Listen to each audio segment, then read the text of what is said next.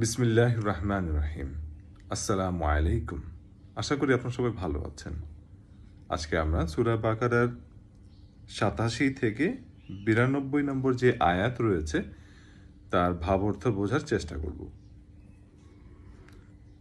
এ লোকেরা আখিরাতের বিনিময়ে দুনিয়ার জীবন খরিদ করে নিয়েছে, তাই তাদের আযাব কিঞ্চিত পরিমাণও হালকা করা হবে না, আর না তাদের সাহায্য করা হবে। আমি মূসাকে কিতাব দিয়েছি, তারপর একে একে আমি আরও অনেক নবী পাঠিয়েছি এবং বাবা ছাড়া সন্তান সৃষ্টি করার মতো সুস্পষ্ট নিদর্শন দিয়ে আমি মরিয়ম পুত্র ঈসাকে পাঠিয়েছি এবং আমার বাণী ও পবিত্র আত্মার মাধ্যমে আমি তাকে সাহায্য করেছি। অথচ যখনই তোমাদের কাছে আল্লাহর কোনো নবী আসতো, তোমাদের মনোপুত না হলে তোমরা অহংকারের বশবর্তী হয়ে তাদের অস্বীকার করেছ।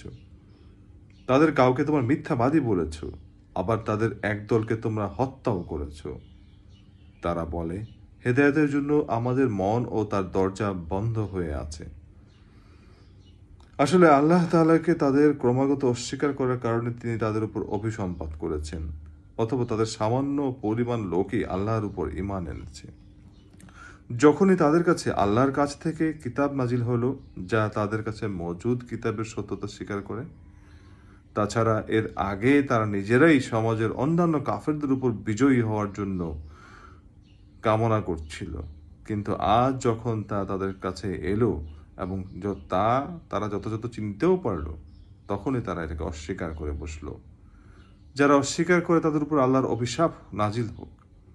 কত নিকৃষ্ট বস্তু সেটি, যার বিনিময়ে তারা তাদের নিজেদের মন প্রাণ বিক্রি করে দিয়েছে শুধু গোলামের বশবর্তী হয়েই তারা আল্লাহ নাজিল করা বিধান অস্বীকার করেছে। আল্লাহ তাআলা তার বান্দাদের মধ্য থেকে যাকে চান তাকেই নবুয়ত দিয়ে অনুগ্রহ করেন। তাদের কুফরির ফলে তারা ক্রোধের উপর ক্রোধে আক্রান্ত হলো। আর কাফেরদের জন্য তো এমনই অপমানজনক শাস্তি রয়েছে। যখন তাদের বলা হয় আল্লাহ তাআলা যা কিছু নাজিল করেছেন তার উপর ঈমান আনো, তারা বলে আমরা তো শুধু সেসব কিছুর উপরেই ঈমান আনি যা আমাদের উপর নাজিল করা হয়েছে।